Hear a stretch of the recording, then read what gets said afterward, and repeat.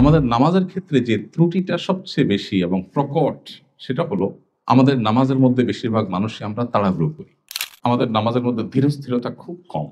নামাজ নিয়ে যদি আমরা এখানে যত মানুষ আছি সবাইকে একটা করে ফর্ম দেওয়া হয় বা কাগজ কলম দেওয়া হয় যে আপনি আপনার নামাজের কোন জায়গাটা নিয়ে আপনার স্যাটিসফ্যাকশন নাই, আপনি কোন জায়গাটা নিয়ে আপনার অভিযোগের জায়গা, নিজের প্রতি নিজের অভিযোগ যে আমার নামাজের এই জায়গাটা নিয়ে আমি তৃপ্ত না, তাহলে আমার মনে হয় বেশিরভাগ মানুষই বলবেন মনোযোগ নাই আমাদের। আমি কি সঠিক বলেছি? আমাদের মনোযোগ নিয়ে আমাদের সবচেয়ে বেশি অভিযোগ নিজের ব্যাপারে, যে আমি নামাজ পড়ি আসলে মনোযোগটা থাকে না, অন্যদিকে মন চলে যায়। এই অভিযোগটা যথার্থ এবং এই অভিযোগ থাকা উচিত, কিন্তু আমরা আমাদের নামাজে যে পরিমাণ তাড়াহুড়ো করি, ওই তাড়াহুড়ো করাটা নামাজের কোয়ালিটিকে যতটা নষ্ট করে দেয়, এই মনোযোগহীনতার চাইতে সেটা অনেক বেশি ক্ষতিকর আমাদের জন্য। সেটা আমরা অনেকে জানিও না। নামাজের যে ফরজ আছে, নামাজের যে ওয়াজিব আছে, এটার তালিকা আছে না? কতগুলো ফরজ, কতগুলো ওয়াজিব আর কতগুলো সুন্নাহ। এই ফরজ ওয়াজিব সুন্নতের তালিকার মধ্যে আপনি মনোযোগ ধরে রাখা, এটা ফরজ ওয়াজিব এর তালিকাতে আপনি পাবেন। অবশ্যই সেটা নামাজের প্রাণ, নামাজের আসল জিনিস, রূহ, সন্দেহ নেই। কিন্তু কারণ মনোযোগ কম থাকলো, এর কারণে তার নামাজ বিশুদ্ধই হবে না, ফরজ আদায়ই হবে না, সুজদা দিতে হবে, এমন কোনো কথা নেই।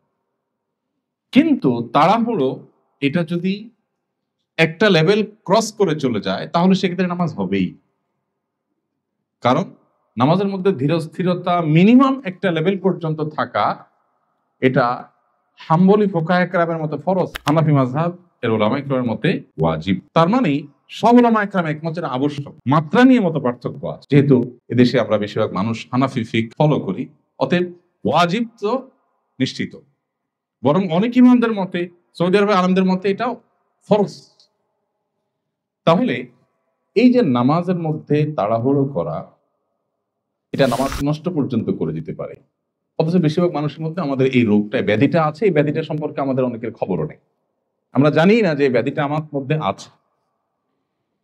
এমনকি যারা আমরা মনোযোগ নিয়ে অভিযোগ করি যে আমার মনোযোগ ঠিক থাকে না, মনোযোগ ধরে রাখতে পারি না, আমার নিজের ক্ষুদ্র অভিজ্ঞতা, আমি দেখেছি যে যদি কেউ নামাজ খুব বেশি সময় নিয়ে আদায় করতে পারেন, ধীরস্থিরতার সাথে আদায় করতে পারেন, তার নামাজে মনোযোগ অটোমেটিক চলে আসে।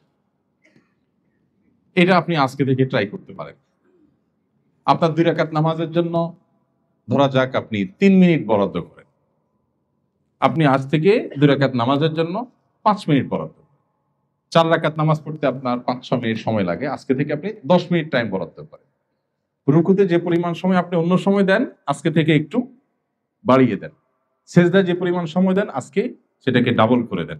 2 সেজদার মাঝখানে উঠে বসা এবং সেখানে দোয়া আছে। এই দোয়া মিন জাওয়ামিআল আদইয়া, অল্প কথায় দুনিয়ার সব, আখিরাতের সব চাওয়া হয়ে যায়। মাত্র 4-5টি বাক্যে সব চাওয়া হয়ে যায়, ছোট ছোট কয়েকটা। রব্বিল ফিরলি ওয়ারহামনি ওয়াহদিনি ওয়াআফিনি ওয়ারফানি ওয়াজবুরনি ওয়ারযুকনি। কয়েকটা হাদিসের সন্নিবেশ করলাম। এই সবগুলো শব্দ এক হাদিসে নেই, কয়েক হাদিসে কয়েকটা শব্দ আছে, সবগুলো ঘুরে ফিরে এগুলোই, এর মধ্যেই সব। এখানে আল্লাহর কাছে ক্ষমা চাওয়া হচ্ছে, ক্ষতিপূরণ চাওয়া হচ্ছে, কোনো ক্ষতি হলে যেন আল্লাহ পোষায়া দেন, রিজিক চাওয়া হচ্ছে, মর্যাদা চাওয়া হচ্ছে, রিজিক, দুনিয়ার সমস্যা, আখিরাতের সমস্যা, সব সমস্যার সমাধান চাওয়া হচ্ছে 2 সিজদার মাঝখানে। এখানে যে নবী করিম সাল্লাল্লাহু আলাইহি ওয়াসাল্লাম দোয়া শিখিয়েছেন, কেন শিখিয়েছেন? তার মানে দোয়া করার একটা জায়গায়। আমরা বেশিরভাগ মানুষ দেখবেন সিজদা থেকে উঠে বসেই আবার সিজদা তুলে দিচ্ছে, এটা দোয়ার একটা জায়গা। এখন আপনি দোয়া পড়ছেন, ঠিক আছে, কিন্তু আমি যদি একটু দেখাই দোয়া পড়ার স্টাইলটা। ধরেন সিজদা থেকে আপনি উঠলেন, উঠতে উঠতে আপনি শুরু করলেন রব্বিল ফিরলি ওয়ারহামনি ওয়াহদিনি, আবার আল্লাহু আকবার বললেন। একে দ্রুততার সাথে বললেন, আরেকটা হলো উঠতে উঠতে বললেন, যেতে যেতে বললেন। এবার আসেন, এটাকে আমরা জাগতিক একটা চাওয়ার সাথে মিলাই। আপনি আপনার এলাকার এমপি সাহেবের কাছে গেছেন একটা গুরুত্বপূর্ণ চাওয়া নিয়ে, আপনার এলাকাবাসীর দরকারি একটা জিনিস আছে বা কয়েকটা জিনিস আছে। এমপি সাহেবের কাছে যাওয়ার সময় উনি বসে অপেক্ষা করছেন, মিটিং এর টাইম সেট হয়েছে, আপনার নেতারা গেলেন। ঢুকতে ঢুকতে বললেন, এমপি সাহেব আমাদের আসলে সুয়েজ লাইনের সমস্যা আছে, এই সমস্যা আছে, আমাদের অনেকগুলো সমস্যা আছে। ঢুকতে ঢুকতে বললেন, তারা অবশ্যই ঢুকতে ঢুকতে বললেন, কারণ আপনার হাতে সময় কম। ঢুকতে ঢুকতে বললেন, বলে ওখানে যায় কিছু কথা বলে, বাকি কথা এখনো বাকি আছে, আপনি বেরোতে বলে, তাহলে এমপি সাহেব আমাদের আরো কিছু সমস্যা আছে, আপনি এটা বলতে বলতে বাইরে হলেন, কারণ আপনি অনেক ব্যস্ত। কি বলেন? এমপি সাহেবের ইমপ্রেশনটা কেমন হবে? পাগল নাকি? মানুষ এসে দরখাস্ত নিয়া, হাদিয়া তোফা নিয়া বসে থেকে তার জিনিস নিতে পারে না। ঢুকতে ঢুকতে আলাপ শুরু করছে, যাইতে যাইতে আলাপ করতেছে, কোনো কেয়ার নাই, গুরুত্ব নাই। ফাউল। আমি কি সঠিক বলেছি? তাহলে কিভাবে আমরা আশা করি যে আল্লাহ রাব্বুল আলামিনের কাছে আমরা যাইতে যাইতে পথে পথে দোয়া করব, কোনো ইহতেমাম নাই, কোনো স্থিরতা নাই, কোনো মনোযোগ নাই, কোনো আকুতি নাই, হৃদয় নিংড়ানো দোয়া নাই, কলিজা ছেঁড়া চাওয়া নাই। কিভাবে আমরা আশা করি যে আল্লাহ রাব্বুল আলামিন আমার এটা পূরণ করে দিবেন? দুনিয়ার একজন এমপির যদি এতটুকু আত্মসম্মান থাকে, তো ইন্নাল্লাহা গায়ুর, নবী সাল্লাল্লাহু আলাইহি ওয়াসাল্লাম বলেছেন, আল্লাহ রাব্বুল আলামিনের আত্মসম্মান সবচেয়ে বেশি, আত্মমর্যাদা সবচেয়ে বেশি আল্লাহ তাআলা। এই জন্য আল্লাহর সঙ্গে কেউ যদি কাউকে শিরক করে, আল্লাহকেও খুশি করতে চায়, আবার বান্দাকেও খুশি করতে চায়, তখন আল্লাহ বলেন, বান্দা তুমি যেহেতু আরেকজনকে খুশি করার চিন্তা করছো আমার পাশাপাশি, তা আমি আসলে কোনো শিরক পছন্দ করি না, আমি আত্মসম্মান বুঝি, সো তুমি তাকেই খুশি করো, সে খুশি হোক, আমি তোমার উপর খুশি হোক।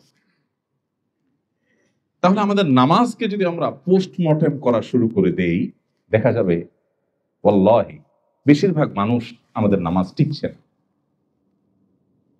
এই নামাজ আখিরাতে আল্লাহর কাছে আমাদেরকে মুক্তি এনে দেওয়া তো অনেক পরের কথা, নামাজের যে জাগতিক উপকারিতা থাকার কথা, যেমন ইন্নাস সালাতা তানহা আনিল ফাহশাই ওয়াল মুনকার, নামাজ মানুষকে অশ্লীলতা থেকে, অন্যায় কাজ থেকে বিরত রাখে, এই কাজটা হবে না। এবং আনফরচুনেটলি সেটাই আমরা দেখতে পাচ্ছি, যে নামাজ পড়ছি, আবার সমস্ত অপকর্মের দুয়ারও খোলা আছে। আমার নামাজ আমাকে পরিবর্তন করছে না, নামাজ তো হক আদায় করে হচ্ছে না, নামাজ তো পড়ার মতো পড়ছি। এই জন্য ভাইরা, আমাদের প্রথম কাজ হবে, আমরা সবাই, আমার সময় তো ওলামা একরাম ইমাম সাহেবদেরকে বলবো, মুয়াজ্জিন সাহেবদেরকে বলবো, আমরা সবাই আমাদের নামাজকে সুন্দর করা, এটা হবে আমাদের প্রথম প্রায়োরিটি এবং প্রথম চ্যালেঞ্জের কাজ। আমরা কিন্তু আদর্শ মসজিদের কথা বলছি, আদর্শ মুসল্লির কথা বলছি, আমরা কিন্তু আমাদের ঈমান আমল এখান থেকে হেফাজত করে নিয়ে যাওয়ার কথা বলছি, এই দুর্গগুলোকে শক্তিশালী দুর্গ হিসাবে গড়ে তোলার কথা বলছি। এর জন্য আমাদের প্রথম পদক্ষেপ হবে কি? আমাদের নামাজকে সবচেয়ে সুন্দর করা।